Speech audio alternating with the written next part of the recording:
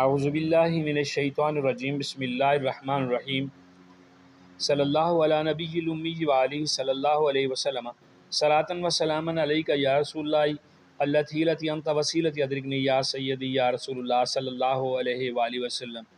درود استغاثہ میں نے پڑھا، آپ نے سنا۔ اللہ تعالی ہمیں پڑھنے کی سننے کی توفیق دے اور اس کی فیض و برکات سے نوازے۔ آپ دیکھ رہے ہیں میرا یوٹیوب چینل اور میں ہوں آپ کا میزبان ملک شکیل احمد آوان۔ میری آپ سے درخواست ہوتی ہے کہ اگر آپ میرے چینل پہ نئے ہیں تو سبسکرائب کریں، ویڈیوز کو لائک اور شیئر کریں اور کمنٹ سیکشن میں کمنٹ ضرور کیا کریں، اس سے میری اصلاح ہوتی ہے۔ اللہ تعالی ہم سب کا حامی و ناصر ہو۔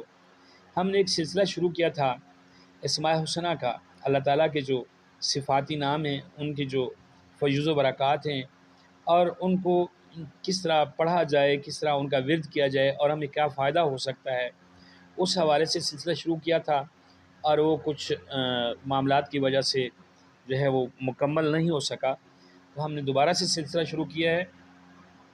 اور اس سلسلے میں آج کا جو ہمارا جو اللہ تعالیٰ کا صفاتی نام ہے، جس کو ہم نے آپ تک پہنچانے کی تھوڑی سی کوشش کی ہے، وہ یہ ہے القابض۔ جیسا کہ آپ اسکرین پہ دیکھ رہے ہیں، القابض۔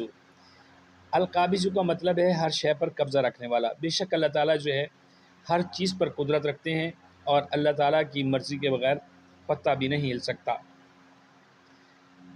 اس کا یہ ہے کہ جو بندہ ہوتی ہیں کچھ معاملات ایسے ہوتے ہیں جیسے بھوک، پیاس، زخم اور درد وغیرہ کی تکالیف جو ہیں وہ ہوتی ہیں، اور یہ انسان جب تک زندہ ہے، جب تک اس کے جسم میں روح ہے، خون چل رہا ہے، تو یہ تکالیف ہوتی ہیں۔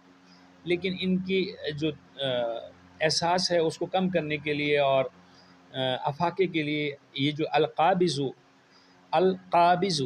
یہ جو ہے اس میں باری تعالیٰ جو ہے اس کو جو شخص روٹی کے 4 لقموں پر اس اسم کو لکھ کر 40 دن تک کھائے گا، اللہ تعالیٰ اس کو بھوک، پیاس، زخم اور درد وغیرہ کی جو تکالیف ہیں ان سے محفوظ رکھے گا۔ اگر میری آپ کو یہ کوشش پسند آئی ہو تو اپنے احباب میں ضرور شیئر کیجیے گا، ہو سکتا ہے کسی کا فائدہ ہو جائے اور یہ ایک صدقہ جاریہ ہے۔ جزاک اللہ۔